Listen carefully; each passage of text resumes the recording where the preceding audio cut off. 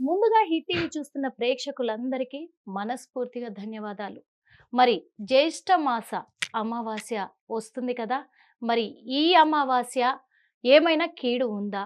ఉంటే ఎలాంటి విధి విధానాలు పాటించాలి? ఏంటి అని ఈ వివరాలన్నీ కూడా తెలుసుకోవడానికి ఈరోజు మన హిట్ టీవీ స్టూడియోలో మన ముందున్నారు ఐకాన్ ఆస్ట్రాలజర్ గట్టుపల్లి సురేష్ బాబు గారు. మరి తమరి సూచనలైతే చాలా చక్కగా కూడా వింటూ ఉంటారు గురువుగారు. మా ప్రేక్షకులు, మా హిట్ టీవీ ప్రేక్షకులు ఎందుకంటే ప్రతిసారి కూడా ప్రతి నెలలో కూడా వచ్చే ప్రతి ఒక్క విధానాన్ని పట్టి కూడా ఎలాంటి సూచనలు ఇస్తారు మీరు అని ఆ సూచనలు పాటించే వాళ్ళు కూడా చాలామంది ఉన్నారు. కాబట్టి ఈరోజు మాకు ఈ అమావాస్య నుంచి వచ్చే కీడు ఏదైనా ఉందా? లేదా ఆ కీడు వచ్చినా కానీ ఎలాంటి విధి విధానాలు పాటించాలి? మీరు చెప్తే మా ప్రేక్షకులు రెడీగా ఉన్నారు పాటించడానికి. ముందుగా మీకు హృదయపూర్వక నమస్కారాలు మా హిట్ టీవీ స్టూడియోకి వచ్చినందుకు. గురువుగారు చెప్పండి మీరు. ముందుగా జై శ్రీమన్నారాయణ.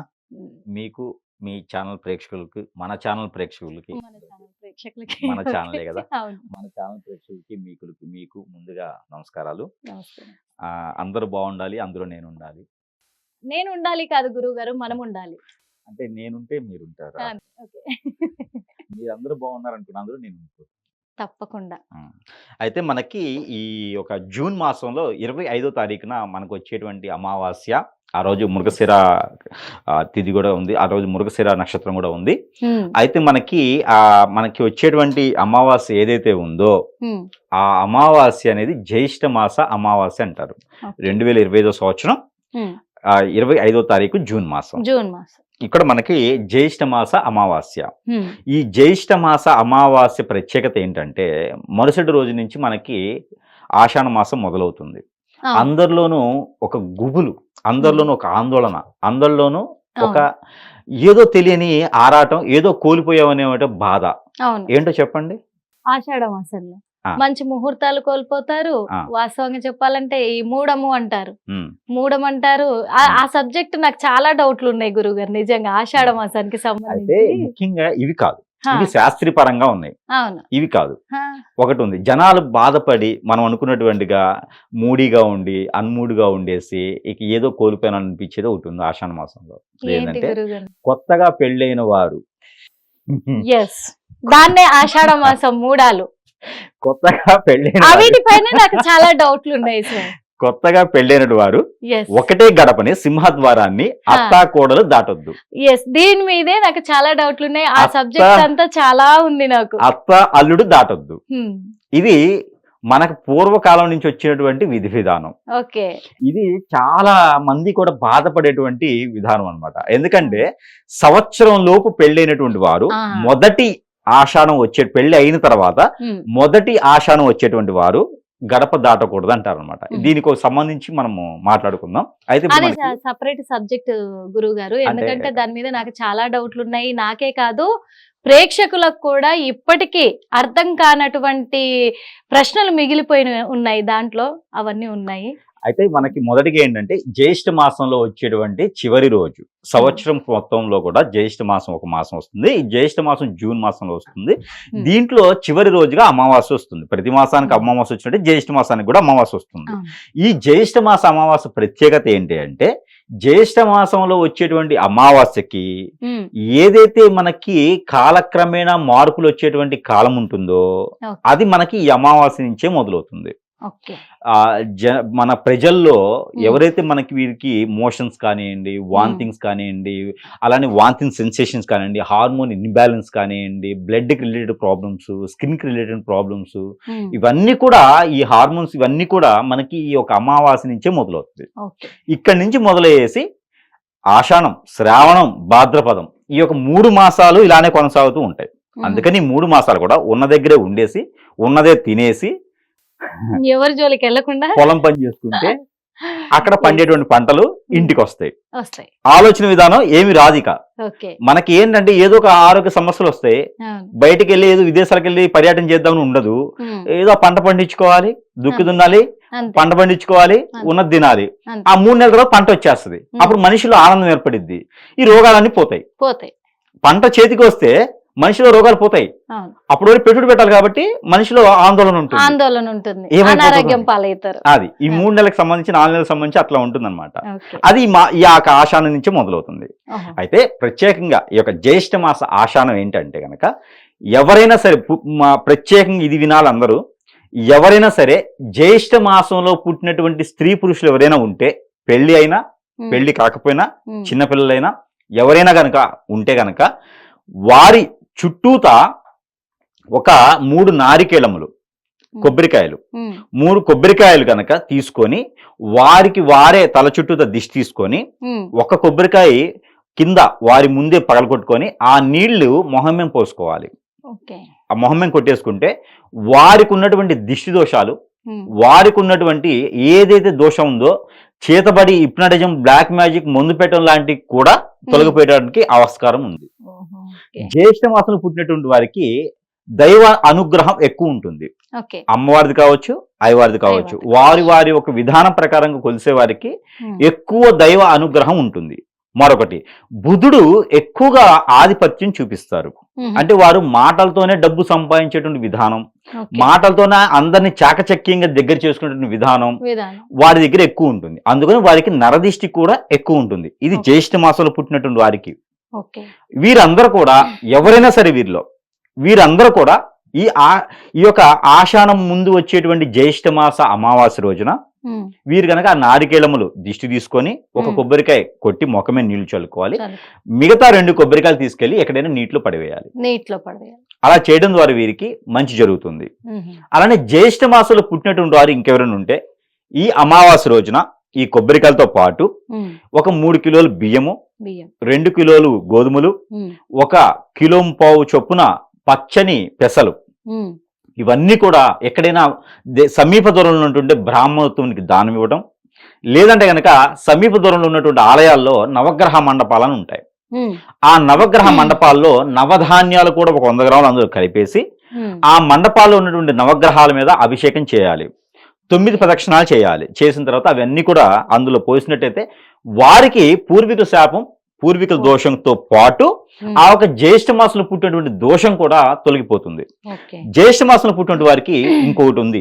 అది పెళ్లిళ్ళు లేటుగా అవటం, ఆ పెళ్లి సంబంధాలు కుదరకపోవటం, 2వ సంబంధాలు 3వ సంబంధాలు కుదరటం, చదువుకున్న దానికి తగ్గట్టు జాబులు లేకపోవటం, జాబు చేసిన ఎదుగుదల లేకపోవటం, ఎప్పుడు ఎదుటి వాళ్ళకి సేవ చేయటం. వీరికి ఎంత తెలివి ఉన్నా కూడా ఎదుటి వారికి సేవ చేస్తుంటారు చేతులు పట్టుకొని. అది వారి తత్వం. అలా అయిపోతుంది అనమాట. ఎంతున్నా కూడా నలుగురిని కలుపుకోవాలని పోవటం, ఎంతున్నా ఎదగలేకపోతున్నాను, నా సలహాలతో అందరూ ఎదిగిపోతున్నారు, నేను ఎదగలేకపోతున్నాను అనుకోవటం.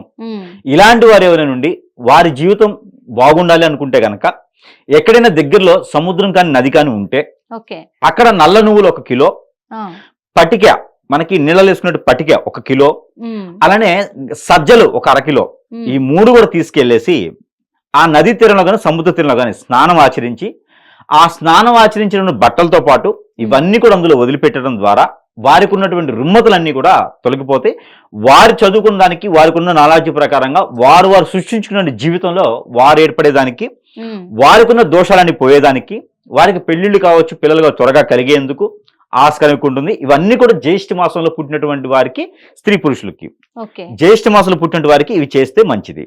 అంటే ఈ జ్యేష్ఠ మాసంలో పుట్టిన వాళ్ళు జాతక పరంగా దోషాలు కలిగిన వాళ్ళే అయి ఉంటారంటారా? ఖచ్చితంగా. ఇప్పుడు ఇవన్నీ చెప్పినటువంటి వారికి, జ్యేష్ఠ మాసంలో పుట్టినటువంటి వారికి ఇవన్నీ కలుగుతాయి. ఈ జ్యేష్ఠ మాసంలో పుట్టి ముఖ్యంగా ఇంకా కావాలి చెప్పాలంటే తులారాశిలో, సింహరాశిలో, కర్కాటక రాశిలో, మిథున రాశిలో, కన్యా రాశిలో, ఈ రాశుల్లో పుట్టిన వారికి ఇవి ఖచ్చితంగా అర్పుతాయి. ఈ లక్షణాలు అనేది ఈ రాశుల్లో పుట్టిన వారికి ఇంకా ఎక్కువగా కనిపిస్తాయి అనమాట. సేవ చేస్తూనే ఉంటారు, ఆస్తులు పోతూనే ఉంటాయి, వదిలేస్తారు. అలాగా కాలక్రమేణా వీళ్ళు అలాగా వెళ్ళిపోతుంటారు, స్టాచ్యూలో మిగిలిపోతుంటారు వీళ్ళు. అలా కాబట్టి ఇలాంటి దోషాలు ఎక్కువ ఉంటాయి. కాబట్టి ఖచ్చితంగా వీరు కనుక ఈ రెమెడీస్ చేసినట్టయితే వీరికి ఈ దోషాలన్నీ పోతాయి. అవన్నీ కూడా వీరు ఈ 25వ తారీఖు జూన్ నెలలో ఆ అమావాస్య రోజు కనుక నిర్వర్తించినట్టయితే ఇవన్నీ కూడా తొలగిపోయేదానికి ఆస్కారం ఉంటుంది. మరొకటి, ఈ యొక్క జ్యేష్ఠ మాస అమావాస్య రోజున ఏదైనా సరే దానం కావచ్చు, పూజ కావచ్చు, హోమం కావచ్చు, యజ్ఞ కావచ్చు, ఇవన్నీ కూడా ఏది చేసినా కూడా ఆ ప్రతిఫలం అనేది త్వరగా మనకి లభిస్తుంది.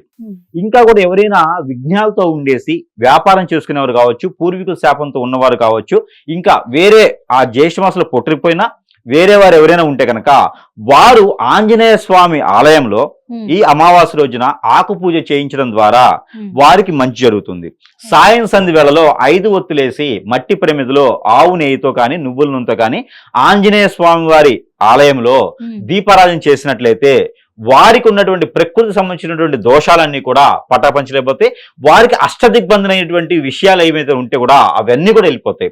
అదే ఆంజనేయ స్వామి ఆలయంలో గనక 1 కిలో సింధూరం, 3 కిలోల నువ్వుల నూనె దానం ఇచ్చినట్లయితే వీరికి ఉన్నటువంటి ఆర్థిక సమస్యలు కూడా మెరుగుపడతాయి, ఆరోగ్య సమస్యలు కూడా మెరుగుపడతాయి. ఈ జ్యేష్ఠ మాస అమావాస్యలో చేయడం ద్వారా ఏమైనా వైరస్లు ఉంటే కూడా అవి కూడా తొలగిపోతాయి. కాబట్టి ఈ ఒక చిన్న దానంతో పెద్ద ప్రతిఫలం పొందొచ్చు.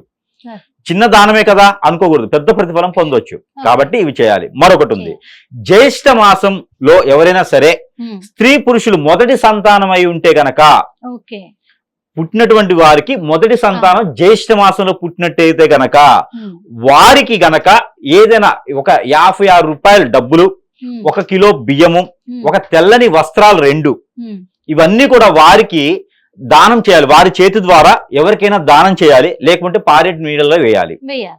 దాంతో పాటు ఒక వెండి క్రాస్ గాని, ఒక వెండి ప్రతిమ గాని తీసుకొని వెళ్ళేసి ఏదో ఒక రూపు ఉన్నటువంటి ప్రమిద లేదా రూపైనా సరిపడాలి, అది తీసుకొని వెళ్ళేసి ఏదైనా నీటిలో దానం చేయాలి. ఆ రోజున కనుక రాహుకేతు పూజ చేస్తే కూడా వీరికి ప్రతిఫలం అనేది ఉంటుంది. ఇలాగా కుజి దోషం ఉన్నవారు, కాలసర్ప దోషం ఉన్నవారు, నాగదోషం ఉన్నవారు, ఎవరైనా ఏ రాశిలో పుట్టినటువంటి వారైనా, అలానే ఏ నక్షత్రంలో పుట్టినటువంటి వారైనా ఎవరైనా సరే వారందరూ కూడా ఎక్కడైనా నాగపడిగిలు ఉన్నా, లేదంటే మానసమ్మవారు ఉన్నా, సుబ్రహ్మణ్య స్వామి ఉన్నా కూడా అక్కడ శాంతి హోమం అభిషేకం చేయించినట్టయితే త్వరగా వీరికి ఉన్నటువంటి దోషాలు తొలగిపోయేసి పెళ్లిళ్ళు కానటువంటి పెళ్లిళ్ళు కూడా అవుతాయి, పెళ్లిళ్ళు అయిన వారికి పిల్లలు పుడతారు. ఇవన్నీ కూడా బాగుండేదానికి ఆస్కారం ఉంటుంది. కాబట్టి ఇలాంటి ప్రయత్నం చేయాలి. ఈ అమావాస్య రోజు ఇంకో ప్రత్యేకత ఉంది. జ్యేష్ఠ మాస అమావాస్య రోజున ఎవరికైనా సరే బ్లాక్ మ్యాజిక్, హిప్నాటిజం, మందు పెట్టడం ఇలాంటి ఏదైనా అయ్యుండి వాటితో బాధపడుతూ ఉంటే గనక ఎవరో ఏదో చేపించారండి, మాకు ఎవరి దగ్గరికి వెళ్ళాలో తెలియలేదు, ఎక్కడ చూపించుకోవాలో అర్థం కావట్లేదు అనుకునేవారు ఎవరైనా ఉంటే ఎక్కడైనా సమీప దూరంలో గురువు ఉంటే కనుక అక్కడికి వెళ్తే త్వరగా తగ్గేందుకు ఆస్కారం ఉంటుంది. లేదంటే కనుక ఏదైనా దత్తాత్రేయ స్వామి వారి ఆలయం, లేదంటే లక్ష్మీ నరసింహ స్వామి వారి ఆలయం, ఇలాంటి ఆలయాలకు వెళ్ళేసి వాళ్ళ సమీప దూరంలో ఏదైనా ఆలయాలు ఉంటే, లేదంటే దుర్గామాత ఆలయం, రేణుకేళ్ళమ్మ గారి ఆలయం, ఇలాంటి ఆలయాలకు వెళ్ళేసి అక్కడ ఏదైనా పూజా విధానం, కుంకుమార్చనలు అలాంటి ఏదైనా చేయించి ప్రదక్షిణాలు కావచ్చు, పొలుదండాలు కావచ్చు, మొక్కుబడులు కావచ్చు, ఏదైనా అమావాస్య రోజున తీర్చుకున్నట్టయితే కనుక వారికి త్వరగా ఆ ప్రతిఫలం అనేది లభిస్తుంది. ఈ యొక్క జ్యేష్ఠ మాసంలో వచ్చేటువంటి అమావాస్యకి ఇన్ని ప్రత్యేకతలు ఉన్నాయి. ఇందులో ఏ ఒక్కటి పాటించినా, ఏ ఒక్కటి చేసినా దోషాలన్నీ కూడా తొలగిపోతే వారికి అనేది మంచి జరుగుతుంది. ఇది జూన్ మాసంలో 25వ తారీఖు వచ్చేటువంటి అమావాస్య కాబట్టి ఇది జ్యేష్ఠ మాస అమావాస్య.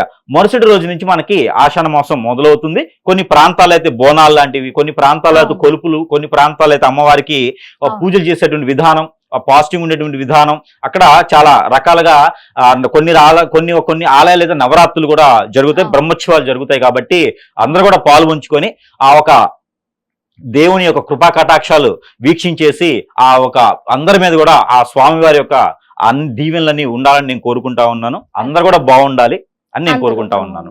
థ్యాంక్ యూ సో మచ్ గురువు గారు.